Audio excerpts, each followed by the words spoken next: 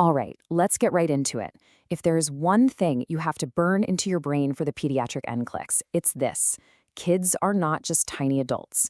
Their bodies are completely different. And today, we're going to hit the high-yield conditions that you absolutely have to know to pass. Okay, so let's start with the absolute foundation of peds. A child's immune system, it's still under construction. Seriously, their ability to fight things off is weaker, the antibodies they got from mom are wearing off, and of course, they haven't gotten all their shots yet. These three things together create the perfect storm, what we call the vulnerable host. And trust me, this concept is going to pop up over and over again. So here's our roadmap. First, we'll nail down why kids are so vulnerable. Then, we'll meet the bad guys, all those infectious diseases. After that, we'll look at what happens when the body's own defense system goes haywire. And we'll wrap up with some key organ system failures you'll definitely see on your test. So, let's really dig into this first part, the vulnerable host. This is the why that explains pretty much everything else we're going to talk about today. Now that we get why kids are such easy targets, let's talk about the invaders themselves. These are the infectious and communicable diseases that are, total NCLEX classics. Okay, this is a game changer. Why? Because this is our playbook for stopping disease.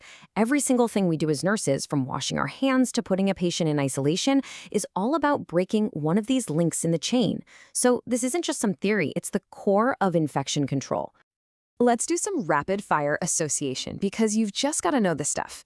You hear Koplik spots in the mouth, you immediately think measles and airborne precautions. You see a kid with big, swollen, puffy cheeks, that's parotitis, the hallmark of mumps, which means droplet precautions.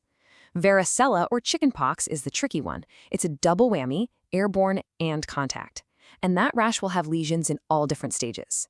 Then there's scarlet fever with its classic strawberry tongue and sandpaper rash. That's droplet too.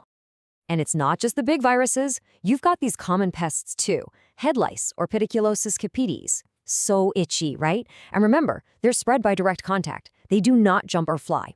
Then you've got pinworms with that telltale itching around the anus, especially at night.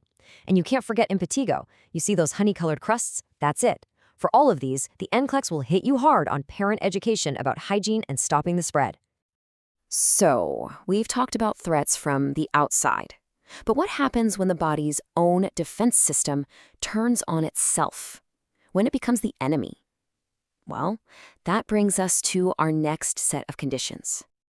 You have to know the difference here. It's absolutely critical. An allergic reaction is like a small kitchen fire. Annoying, maybe some hives or running nose, but you can handle it. Anaphylaxis? That's the entire house burning down. It's a systemic, multi-organ, life-threatening emergency that can kill a person in minutes. So if you see anaphylaxis in a question, your brain needs to immediately scream two things: A, B, C's, and epi. You stabilize the airway, breathing, and circulation. But the first, most important, life-saving drug you give is epinephrine, period. Don't even think about anything else first. The other meds, like steroids, are important, sure, but they come later. Epi cannot wait. This is really just a tragic case of mistaken identity. The body's security team gets its wires crossed and starts attacking its own healthy cells, thinking they're dangerous invaders.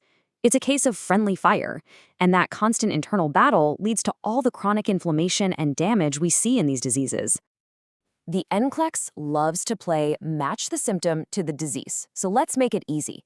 You see ascending paralysis, weakness starting in the feet and moving up, you think Guillain-Barré. You see that classic butterfly rash on the face? Bam, that's lupus, or SLE. A kiddo who's super stiff and sore in the mornings, that's pointing you to juvenile idiopathic arthritis, JIA. And if you see that specific trio of eczema, low platelets, and frequent infections, that's Wiskott-Aldrich syndrome. Okay, let's switch gears.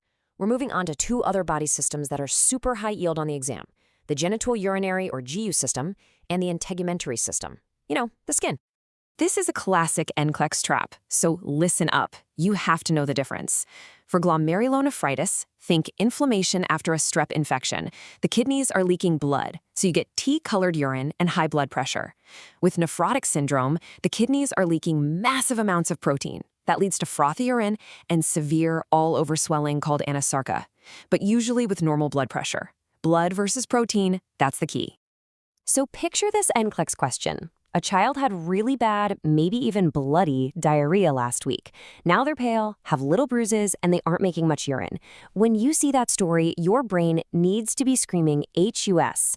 That triad, anemia, low platelets, and kidney failure, is the classic sign. Okay, a few more you must knows. For hypospadias and epispadias, the biggest nursing alert is no circumcision. I repeat, do not let that baby get circumcised. They need the foreskin for the surgical repair. UTIs, super common, know the risks. And for bedwetting or enuresis, the first question is always, was this child ever consistently dry at night? That tells you if it's primary or secondary. Just one number on this slide, but wow, is it important. This is your magic number for pediatric burns. Any partial thickness burn that covers more than 10% of a child's body is considered a major trauma.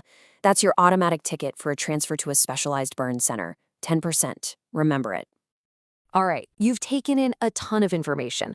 Let's see if it's really locked in. It's time to put your knowledge to the test with a couple of NCLEX style questions. You ready? Okay, let's play detective. Headache and stiff neck. That could be a few things, right? But what's the real clue here? What's the thing that should make you sit up and take notice? That jaw cramping? What does that point to? Yes, exactly. It's tetanus. That lockjaw is the absolute dead giveaway. It's caused by that nasty neurotoxin from the Clostridium tetani bacteria. Okay, next up. This is a huge patient safety question. This medication is a miracle for some kids with severe acne, but it comes with a massive risk. What is the number one absolute non-negotiable thing you have to teach this patient? And there it is. This is not a small risk. Isotretinoin is incredibly teratogenic, meaning it causes severe, horrible birth defects. Pregnancy prevention isn't just a good idea, it is a strict requirement. This is a massive nursing responsibility. You get this one wrong, and lives are changed forever. Okay, last question, and this is the kind of thing the NCLEX loves because it tests everything at once. Your knowledge, your ability to prioritize, all of it. So you've got these 4 kids. Who do you isolate first and why? The answer is all about the mode of transmission. Think about which one can spread the fastest and the farthest.